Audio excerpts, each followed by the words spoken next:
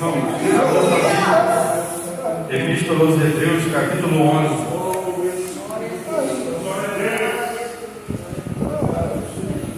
Epístola aos Hebreus, capítulo 11, a partir do versículo de número 23. Hebreus, capítulo 11, versículo 23 em diante. Diz assim a palavra do Senhor. Pela fé, Moisés, quando nasceu, foi escondido 3 meses por seus pais, porque viram que era um menino formoso, e não temeram o mandamento do rei. Pela fé, Moisés, sendo já crescido, recusou ser chamado filho da filha de Faraó, escolhendo antes ser afligido com o povo de Deus, do que por um período desfrutar do gozo do pecado, considerando a desonra de Cristo como riqueza maior do que os tesouros do Egito, porque tinha em vista a recompensa do galardão. Pode tomar o seu assento.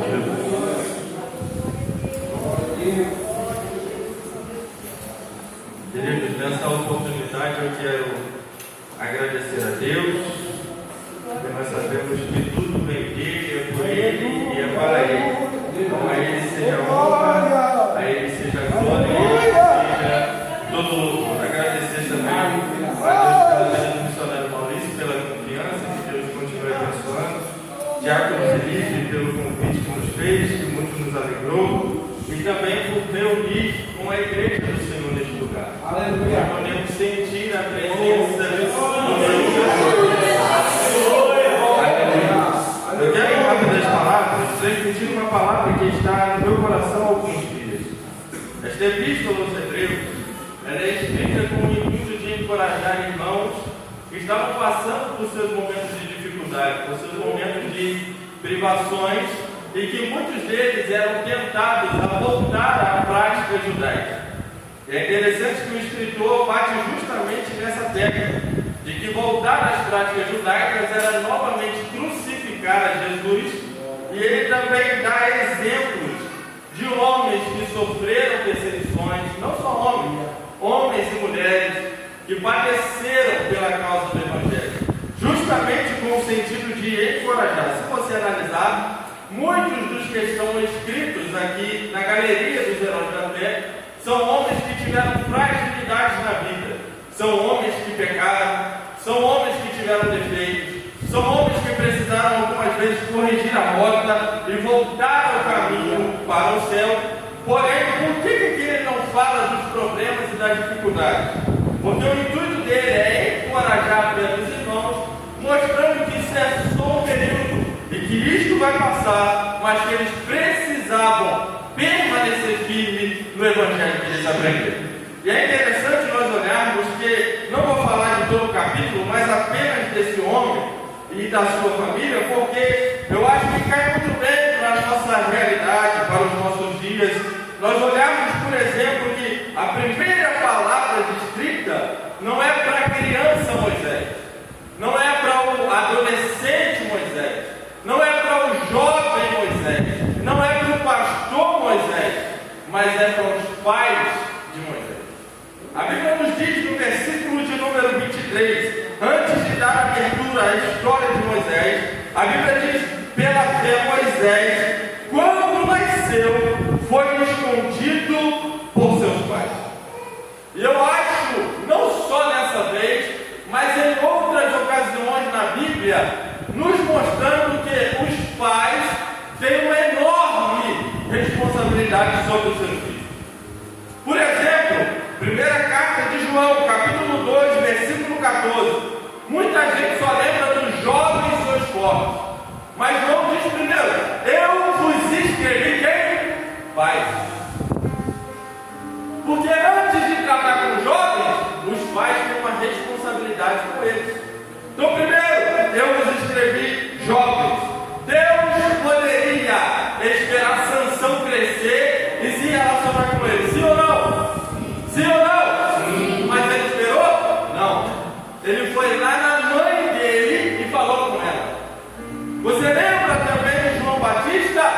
foi um grande homem de Deus, mas quem ouviu primeiro a voz de Deus? O Pai. Enquanto o Pai estava exercendo o ofício sacerdotal, o anjo do Senhor veio com uma palavra: o teu filho vai ser assim, assim, assim. Por quê? Porque os pais têm uma responsabilidade e não posso fugir. Os pais de Jesus também tomaram a sua responsabilidade. Porque na época que Jesus era criança, não podia ir sozinho. Quem levava ele no templo? Os pais. Os pais levaram para ser apresentado. Os pais ensinaram ele a participar de festa. Por que Jesus foi nas festas quando ele era grande? Porque os pais lhes ensinaram. Agora é interessante que com Moisés não é diferente. A primeira palavra do escritor não é sobre Moisés, mas é sobre os pais dele. Quem eram os seus pais? Levitas, fiéis, que se uniram no matrimônio numa época muito difícil. Mas aqui o escritor resume dizendo: pela fé, os pais de Moisés o esconderam por 3 dias. Agora preste atenção, porque nesse capítulo 11 ele está mostrando homens e mulheres que romperam pela fé. Então observe bem esse texto comigo, porque a primeira coisa que eu quero que você note aqui é que aqui destoa de Êxodo, mas não que esteja contra o texto de Êxodo. Aqui apenas acrescenta que a mãe não escondeu ele sozinho. Porque se a mãe não faz sozinho, se o pai não faz sozinho, a responsabilidade é dos dois. Então o texto diz: os pais de Moisés o esconderam. Segunda coisa que eu quero destacar, que era preciso ter uma fé extraordinária para esconder Moisés. Porque o tempo é de morte, porque o tempo é de perseguição, porque o tempo é de oposição, porque o tempo é de oprimir e não de crescimento. Mas a Bíblia nos diz que no meio da morte, eles têm tanta fé em Deus, que eles olham para o menino e veem na formosura do menino: Deus tem um plano com ele. Deus vai fazer alguma coisa através dele. Eu quero liberar aqui a primeira palavra. É que não é o pastor que tem que enxergar no seu filho, não é a dirigente do círculo de oração que tem que enxergar, somos nós que temos que olhar e dizer: Deus tem um plano contigo, Deus vai te usar poderosamente. Porque os pais têm responsabilidade. Sabe o que a Bíblia diz? Atos capítulo 7, versículo 20, na revista atualizada, na NVT, na Almeida atualizada, na Bíblia judaica, diz que o bebê era formoso aos olhos de Deus. Não foi Joquebede que olhou e falou: meu filho é bonito, até porque nenhum pai e nenhuma mãe vai falar que filho é feio, né, gente? Mas ela olhou e disse: esse menino tem alguma coisa diferente. Eu não posso deixar ele parecer como os outros. Eu não posso abrir mão dele como os pais estão abrindo, mas eu vou esconder. O que você acha, não? Vamos! Eu aceito o convite, vamos embora! Esconderam por 3 meses. Mas peraí, uma coisa é você esconder alguém que está doente. Uma coisa é você combinar com alguém que tem sabedoria para dizer: ó, agora você fica quieto, tá? Não chore, não. Outra coisa é para um recém-nascido. Eu estou falando porque eu tenho uma filha pequena e a gente não podia falar para ela: cala a boca, ela não entende, irmão. Uma coisa é você conseguir combinar com alguém, outra coisa é você ter fé para dizer: mesmo com o decreto contrário, o meu filho está guardado, o meu filho está protegido. Deus tem um plano com a minha casa. Então a primeira palavra é direcionada aos pais. E olha a importância de nós termos os pais visionários. Porque a Bíblia nos diz que eles guardam o menino, preservam o menino, mas a Bíblia nos diz que ela vai dar uma ordem para a sua filha: ó, nós vamos embalar o teu irmão e você acompanha. Quando a filha vai, os irmãos conhecem o texto, a filha de Faraó tem o menino nos braços, devolve para ela, até o período que o menino desmamasse. Só que nesse período, ela não deu só leite para o menino, ela começou a falar na cabeça dele: olha, meu filho, eu sei que você vai voltar para lá, mas tu não é de lá. Eu sei que você vai voltar para lá, mas Deus te chamou para alguma coisa. Deus tem um plano e uma obra na sua vida. Por mais que você volte para onde tiver que voltar, eu não sei qual vai ser o teu paradeiro. E a hora que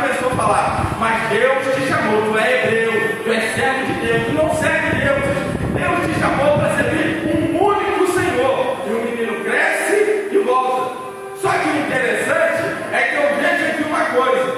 Quando a Bíblia nos diz que pela fé eles responderam, no versículo 23, em contrapartida, diz: pela fé, Moisés, quando já crescido, recusou ser chamado filho da filha de Faraó. E sabe o que eu aprendo com isso? É que o que começa na vida dos pais dá continuidade na vida dos filhos. Não entendi. A Bíblia diz: pela fé eles responderam. Agora, pela fé, Moisés está seguindo os passos do pai. Eu não quero ser seu filho. Eu sei quem eu sou. Eu sei para que eu fui criado. Eu sei para que eu fui chamado. Por quê? Porque teve pais direcionando o seu caminho. E aí eu olho e eu vejo que isso é latente na Bíblia. Você lembra de Gênesis 37:2? A Bíblia diz: e essa é a história de Jacó. Ponto. Sendo José de 17 anos. Cadê a história da continuidade na vida de José? Meu Deus, o que começa em Jacó continua em José. Aleluia. E aí eu olho para a Bíblia e eu vejo outro jovem chamado por Deus. Quem? Timóteo. A Bíblia diz que quando Paulo está escrevendo a segunda carta, ele diz: eu trago no meu coração uma lembrança. Qual é? É que a fé não fingida que habitou na tua mãe e na tua avó também habita em você. Sabe qual é a outra reprimenda dele para Timóteo? Timóteo, não esqueça daquilo que você tem aprendido e de quem tem aprendido. Esse de quem é aquilo que ele quer mudá-lo. Ele não aprendeu de Paulo, ele não aprendeu de um evangelista, mas ele aprendeu dentro da sua casa. O pai de Timóteo era grego, não era crente, mas a mãe assumiu a responsabilidade. Meu filho não vai pro bar, meu filho não vai pro baile, meu filho vai ser crente e ele virou pastor para a glória de Deus. Então a primeira palavra é para os pais. Mas agora chegou a hora de vocês, tá? Vamos lá. Porque a Bíblia diz que teve um tempo que os pais não conseguiram mais responder. Aleluia. Isso aqui me chama a atenção, porque a Bíblia nos mostra o esforço dos pais em responder. Mas tem uma época que não dá mais. Só que quando não dá, eles ainda o protegem. Note, são duas coisas diferentes. Um é esconder, outro é proteger. Porque ele vai entrar no Nilo. Nilo é um lugar perigoso. Então os pais blindam os filhos contra o Nilo. Só que o texto diz: não podendo escondê-lo. Isso aqui demonstra fé. Isso aqui demonstra confiança. Porque onde as crianças eram jogadas? No Nilo. Só que eles pegam o filho e colocam no lugar da morte, no ambiente da morte, mas protegido, dizendo: Senhor, segura o meu filho, guarda o meu filho, encaminha o meu filho. Não entendi. Você vai guardar até onde der. Onde não der, é Deus que vai guardar por você. Você vai colocar a mão até onde der, mas onde a tua mão não alcança, a mão do Todo-Poderoso vai alcançar. Porque ele é separado para um propósito. Deus quer libertar o seu povo. E a Bíblia diz: pela fé, Moisés recusou. Gente, espera aí, o menino cresceu, mas ele não cresceu de qualquer jeito. Cresceu ensinado, cresceu com sabedoria. E quando ele está grande, ao invés dele se desviar, ele lembra: eu tenho irmãos hebreus, estão sofrendo, estão padecendo. E a Bíblia diz que quando ele foi grande, aquele que vivia no conforto do palácio recusou ser chamado filho da filha de Faraó. Agora observe que com isso eu aprendo que antes que os ensinamentos egípcios chegassem, os ensinamentos dentro de casa permaneceram. E ele acatou o primeiro ensinamento. E ele permaneceu com a fé no Deus invisível, mas poderoso e real. E a Bíblia nos diz que quando a Joquebede teve o filho em casa, que eu falei provavelmente, ela inculcou as leis de Deus na mente dele. Só que a vida de José, ela é dividida, a vida de Moisés, ela é dividida em 3 etapas.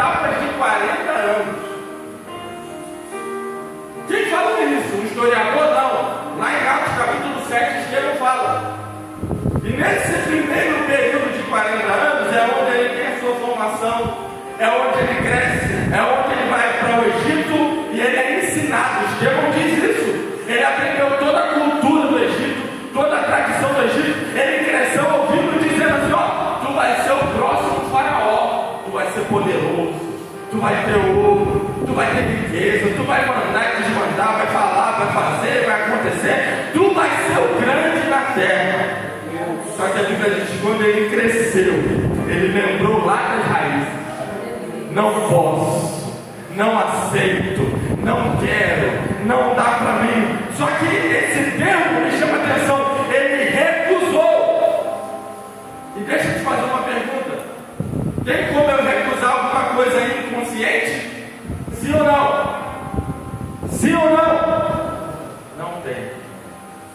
É impossível eu recusar alguma coisa se eu estiver inconsciente. Só que a Bíblia diz que quando ele recusa, eu aprendo que ele está consciente. Eu estou abrindo mão do palácio, estou abrindo mão do conforto, estou abrindo mão da riqueza, mas ele não sabe o que está me esperando lá na frente. Aí o texto diz: recusou ser chamado filho da filha de Faraó. Porque existe um tempo que cá para nós, nenhum de nós nasce sabendo nada. Então existe um tempo que eu dependo do meu pai, eu dependo da minha mãe, mas existe um tempo que eu cresço. Existe um tempo que quem toma decisão por mim não são eles mais, sou eu. E aqui eu aprendo uma coisa que eu quero nortear esse tema: qual a sua escolha? Qual o caminho você vai seguir quando crescer? Talvez você diga: eu quero ser empresário, eu quero ser médico, eu quero ser veterinário, eu quero ser isso. Glória a Deus, que você seja e seja abençoado. Mas eu estou falando espiritualmente. Você já parou para pensar nisso? Quem você será quando crescer? Quem você será quando você já estiver na fase adulta? Qual será a sua decisão? O texto nos mostra que Moisés, ele preferiu abraçar a desonra. Ele preferiu recusar o conforto do palácio, mas viver para Deus. E a Bíblia me mostra quando é que ele recusou. Mostra quando ele resolveu demonstrar o patriotismo. Você lembra? Capítulo 2 de Êxodo. A Bíblia diz que ele vai visitar os irmãos. E aqui tem um detalhe de Estevão. A Bíblia diz que veio no coração dele o desejo de ir. De quem foi esse desejo? Será que foi só de Moisés? Não. O tempo de Deus chegou para o seu povo. Ele precisava de alguém na brecha. E Moisés não titubeou. A Bíblia diz que ele foi 40 anos. Ele foi visitar os irmãos. Chega lá e vê uma cena que ele nunca quis ver. Que? Um egípcio maltratando e ferindo um compatriota. A Bíblia diz que ele se indignou. Ele se irou. E a Bíblia diz que ele feriu o egípcio e lhe matou. Aí o texto nos diz que quando ele acha aquele homem maltratando o seu compatriota, ele mata em terra da areia. Aí alguém diz: foi homicida, matou, pegou, errou. Estevão diz que com aquele ato ele tinha uma esperança. Qual? Ele esperava que os seus irmãos hebreus olhassem e dissessem: por ele que Deus vai dar livramento. É através dele que Deus vai fazer alguma coisa. É através dele que Deus vai me libertar. Só que, padre, a Bíblia diz: mas não entendeu. Peraí, então se ele tinha esse pensamento, é porque ele estava consciente da missão. Ele sabia da responsabilidade que ele tinha e para que Deus havia me chamado.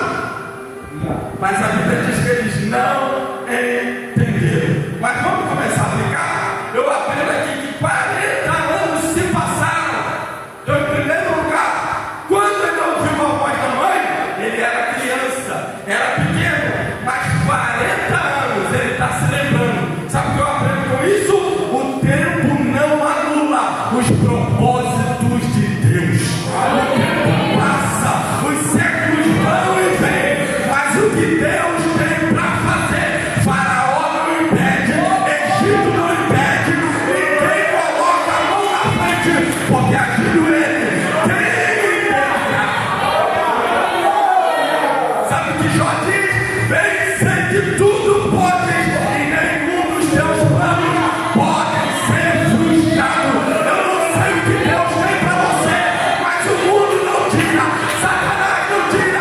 Deus vai cumprir a obra que Ele começou. Aleluia. O tempo não apaga, o tempo não anula o projeto de Deus.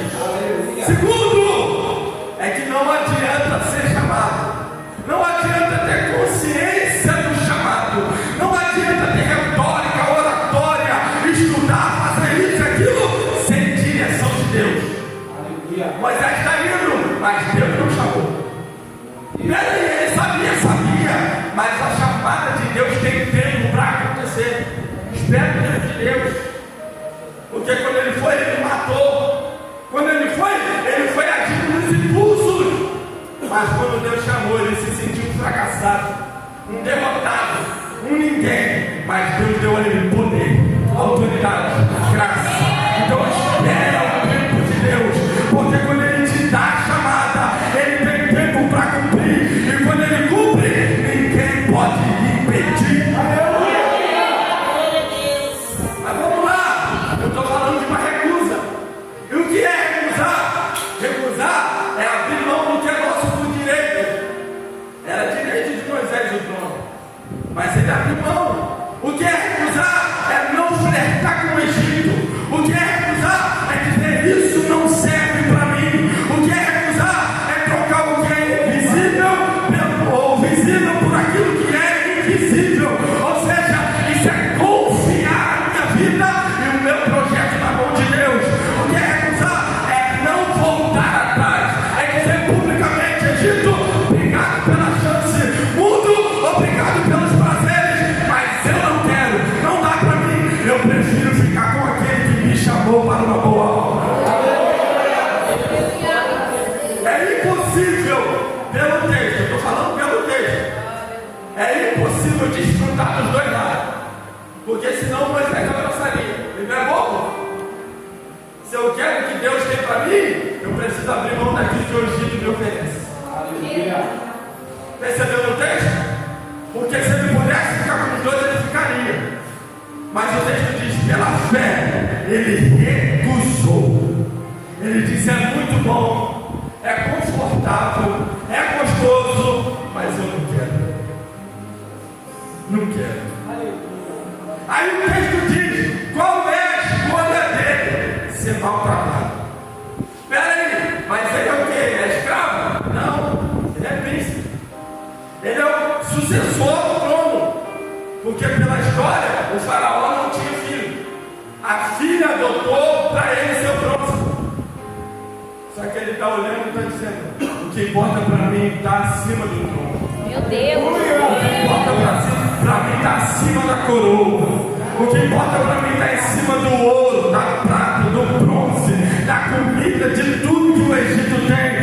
O que importa para mim é aquilo que Deus reservou para mim. Só que preste atenção: ser maltratado é bom, irmão?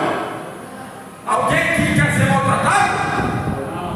Mas nós vamos ser muito. Porque quando eu olho para a Bíblia, nenhum homem de Deus, nenhuma mulher de Deus, nenhum jovem de Deus teve vida confortável.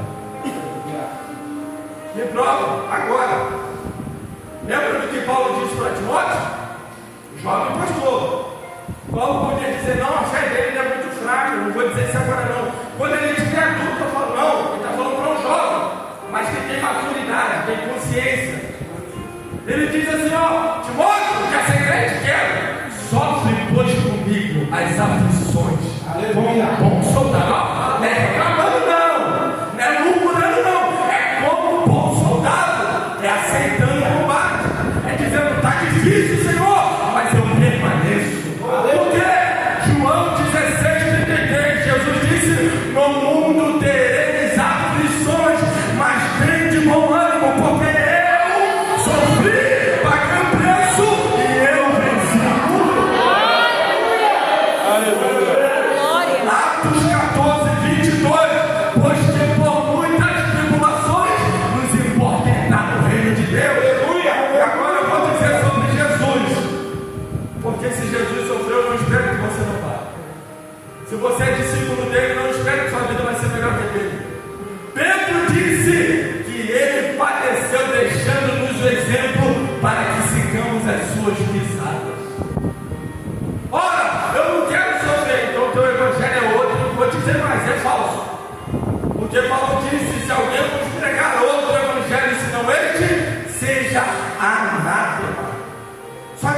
Eu achei muito interessante uma frase de Martin Wayne que diz: é melhor optar por sofrer do que por pecar. Há mais mal em um pequeno pecado do que pode haver no maior sofrimento.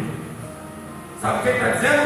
É melhor você padecer da pior maneira, mas sabendo onde você vai chegar, do que desfrutar do pecado aqui na terra, sabendo que a tua alma vai perecer. Aí o texto diz, eu vou correjar, que ele preferiu sofrer, ser maltratado, do que desfrutar do gozo do pecado, porque o pecado é o quê? Transitório, temporário. E aí eu olho para Jesus, capítulo 4 de Lucas. Enquanto Jesus está sendo tentado, a Bíblia diz que o diabo lhe mostrou todos os reinos do mundo. Só que o detalhe do versículo 5 é: por um momento de tempo. O que o diabo dá é bom. Se alguém falar que não, é mentira. O que o diabo tem para oferecer não é ruim, senão muita gente não cairia.